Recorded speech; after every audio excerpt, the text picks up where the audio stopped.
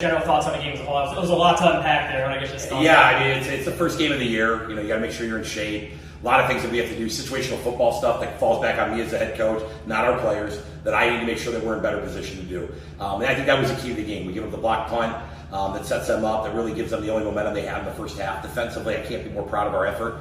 We played great. I mean, really 3 plays in the second half. Besides that, we really did what we wanted to do. And then vice versa, offensively, incredibly proud of our kids that they were able to battle back, go down the field, and score. And it wasn't like they changed anything defensively. We just outplayed them in those capacities. So something to look forward to, something to build on. It's week 1. If we look the best team in the world right now, I'd be really disappointed. Granted, I want to win, and we need to win, and we need to win for Outerbind, but it's important that we understand we're going to be able to grow from this. And next week, we have another good team coming here at noon, and we got ready to play. I feel like 35 points, obviously it's on paper, it might not be indicative of how well your defense played, but they were put in some bad spots, 3 interceptions from 3 different players. I guess just thoughts on them continuing to show up, like I said, despite being in some bad spots. Yeah, I was really impressed with the way our defense continued to rally. It didn't matter, and these guys are special. They'll say, hey, all we need is a blade of grass behind us in the offense, and that's all they wanted. And they played that way. I mean, they had that turnover down in the red zone, the fumble recovery that we got. I mean, those guys continued to work. I'm really proud of their effort as they continue to do it. And it's just 1 play or 2 plays here. I didn't think, really an opening game usually tackle very well. I thought we tackled well for the most part. They got a big back. We struggled with him a couple times, and we paid for it. They hit us on one. And matchup issue-wise, they had a couple different things, and really, that's it. I mean, I can't be more proud. I mean, you're never going to look back at a defensive effort where you had 35 points and be more happy with the film, I think, when we watch it. Go ahead, guys. So, what were the refs telling you on the fair catch at the 1-yard line with Randy Cochran Jr.? So, what they had said, I asked them and I told them beforehand, I said, he's going to try to fair catch it. He's going to put his heels at the goal line. He's going to look to fair catch it to bring their guys in and make sure that we try to lose them, if you will, situationally. When Randy got the ball came towards him. He tried to break. When he went to try to break, their 2 guys were right there, and then one player hit him as he was trying to get out of the way. He ended up catching the football because of it. So, in that capacity, it's a tough way to go. You don't want to see that happen. Once again, that's on us. We got to do a better job. We have to play above officiating. I think our crew today did a very nice job. I'm not blaming them for anything. I thought it was a great crew. I thought they did a really good job. We've got to overcome that situation and not be in there. Talk about that blocked punt in the first quarter.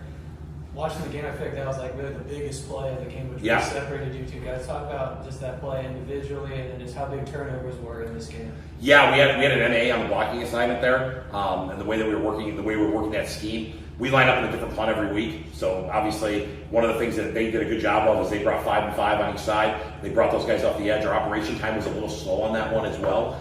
So when those 2 things match up, it's usually an MA and it's operation time. It's not a good elixir. When the guy's right there running by the punter every time, we're okay with that because they came after it every single time today. Really proud of Aiden Snyder and what he did and the operation that he had. He did a great job. Also, I thought we got a 15 here, not a 5. But more than less, it is what it is. You play above it and go from there. Early and middle of the 4th quarter, the offensive passing game started to catch fire. What do you think the changes were made during the 4th quarter prior to earlier in the game? We started executing. I mean, that's the biggest thing. We let the quarterback set his feet. We had the opportunity to go catch the football. If you look back in the first half, we dropped a couple balls that we probably wish we had back. There was 2 pressures that we dropped the 3 technique on different situations which we shouldn't have. Those couple of things you take out of it, football's a very momentum-oriented game. We all know that. And when you lose that momentum with one little thing, it makes it very difficult to be able to capitalize on it. And it's stuff we're going to work on, stuff we'll be able to do. And I know as we go forward, we'll be ready to roll. Brent Ford, Central Ohio Sports Network. Just wanted to ask, when you talk about that execution, when you specifically look at Easton Hardman, is there anything that stands out as points of concerns that you can focus on going into next week's practice? I mean, the number one thing is toughness. Yeah. I mean, toughness. I mean, he got smoked. That helmet to helmet. I mean, his face ripped open. His face was ripped open. The guy played with a CPAP on the rest of the game. I mean, he had we taped his face around. He looked like a mummy. I mean, it was unbelievable. His competitiveness today and his leadership through the roof.